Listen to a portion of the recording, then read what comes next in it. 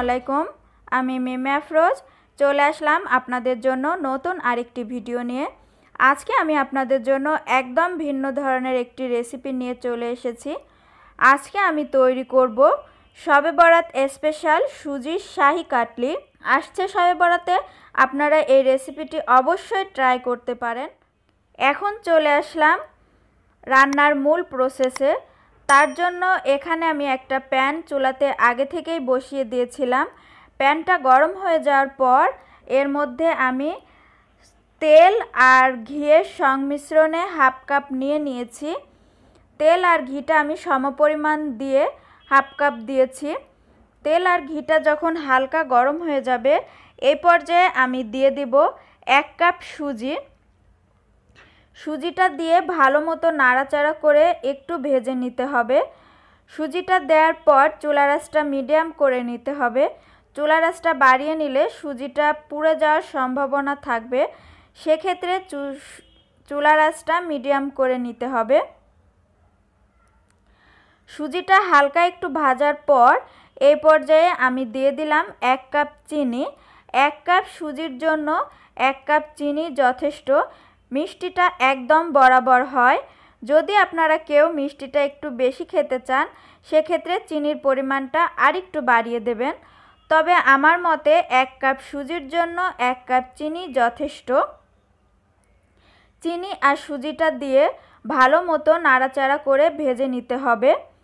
খেয়াল রাখতে হবে তলাতে যেন একদম ধরে না যায়, সেক্ষেত্রে সুজির পুড়ে যাওয়ার সম্ভাবনা থাকবে।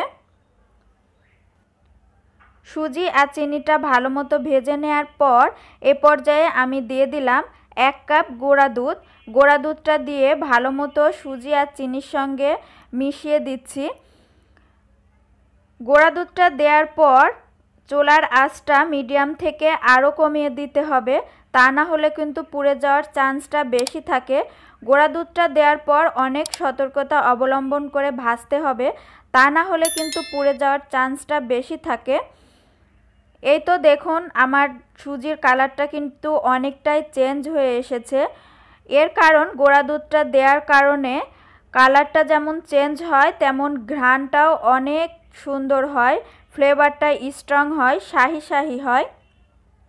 আপনারা যদি ট্রাই করেন বাসায় তাহলে অবশ্যই বুঝতে পারবেন অন্যান্য রেসিপির থেকে এই রেসিপিটা একদম ডিফারেন্ট। গুঁড়া দুধটা দিয়ে আমি সুন্দর করে ভেজে নিচ্ছি। আমার চুলার আঁচটা কিন্তু একদম লোতে আছে। ভাজতে ভাজতে এই পর্যায়ে কালারটা একদম চেঞ্জ হয়ে গিয়েছে, কালারটা বিস্কিট কালার হয়ে গিয়েছে। এই পর্যায়ে নাড়াচাড়াটা কিন্তু একদম থামানো যাবে না, ঘন ঘন নাড়তে হবে, তা না হলে কিন্তু নিচ থেকে পুড়ে যাবে। সেক্ষেত্রে খেতে একদম ভালো লাগবে না, তিতা তিতা লাগবে আর ঘ্রাণটাও চেঞ্জ হয়ে যাবে। আমি আবারও বলছি এই পর্যায়ে কিন্তু অনেক সতর্কতা অবলম্বন করতে হবে, তা না হলে কিন্তু আপনার পুরো রেসিপিটাই নষ্ট হয়ে যাবে।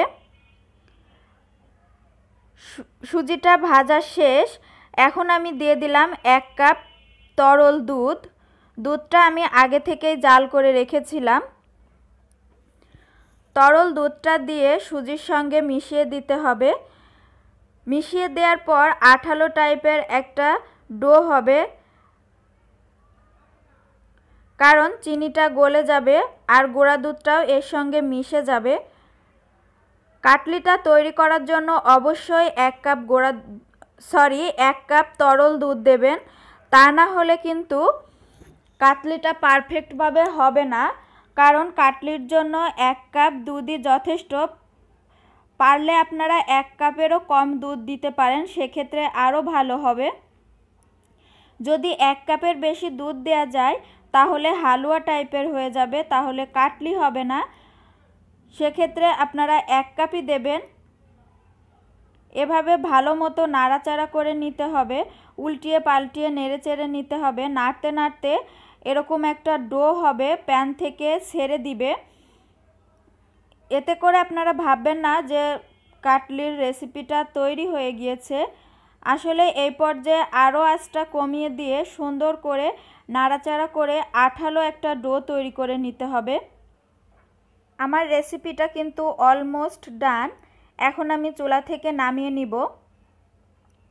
চুলাটা বন্ধ করে দিয়ে এরকম আরেকটু নাড়িয়ে চাড়িয়ে নিব, তা না হলে নিচ থেকে পুড়ে যাবে। এখন আমি একটা সার্ভিং প্লেটে ঢেলে নিব। তার জন্য এখানে আমি ঘি ব্রাশ করে নিচ্ছি। ঘিটা ভালো মতো চারিপাশ দিয়ে ব্রাশ করে নিতে হবে একটু বেশি করে, তা না হলে উঠবে না, লেগে থাকবে।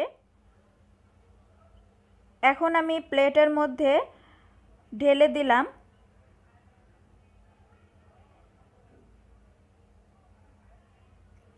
প্লেটের মধ্যে নামিয়ে নিয়ে এখন আমি একটা শেপ দিয়ে দিব। আপনারা আপনাদের পছন্দ মতো শেপ দিয়ে নেবেন। আমি এখানে 4 কোণা একটি শেপ দিয়ে দিব।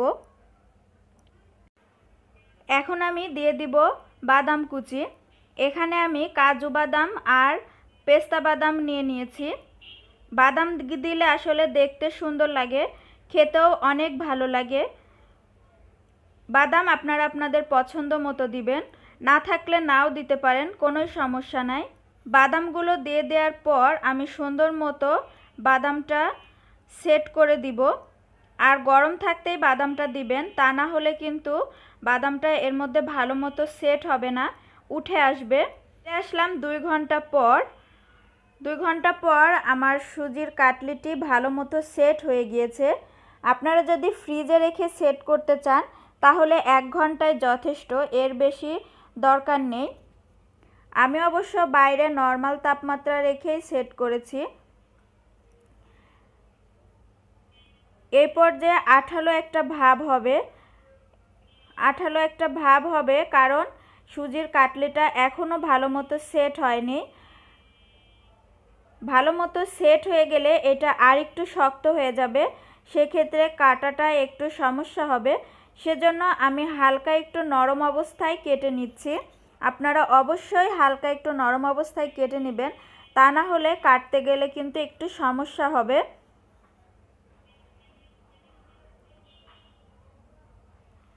আমি আমার পছন্দ অনুযায়ী শেপ দিয়ে কেটে নিচ্ছি। আপনারা আপনাদের পছন্দ অনুযায়ী শেপ দিয়ে কেটে নিতে পারেন। এখনই কিন্তু কাটতে আমার একটু সমস্যা হচ্ছে, চেপে চেপে কাটতে হচ্ছে। যেহেতু এটা সুজির কাটলি একটু আঠালো হবে, ড্রাই হবে, সেজন্য আমি নরম অবস্থাতেই কেটে নিচ্ছি। আর একটু ড্রাই হলে কাটতে অনেকটাই কষ্ট হতো। আমি কেটে তারপর ফ্রিজে রেখে দিব 1 ঘন্টার জন্য, তাহলে ভালো মতো সেট হয়ে যাবে। এখন আমি আপনাদেরকে পরিবেশন করে দেখাচ্ছি। দেখতে কিন্তু অসম্ভব সুন্দর হয়েছে, দেখতেই কিন্তু শাহি শাহি, খেতে তো এর তুলনাই নেই। এ পর্যায়ে কিন্তু এখনও একটু নরম আছে। ফ্রিজে আমি আবার 1 ঘন্টার জন্য রেখে দেব, তাহলে একদম পারফেক্টভাবে সেট হয়ে যাবে। সুজির এই কাটলিটি ফ্রিজে অনেক দিন ধরেই রেখে খাওয়া যায়, 15 থেকে 20 দিনেরও বেশি রেখে খাওয়া যায়, নষ্ট হয় না। যেহেতু এটা একটু ড্রাই, সেজন্য আজকের মতো এই পর্যন্তই। আপনারা সবাই সুস্থ থাকবেন, ভালো থাকবেন, আমাদের জন্য দোয়া করবেন, এই প্রত্যাশায়। আল্লাহ হাফেজ।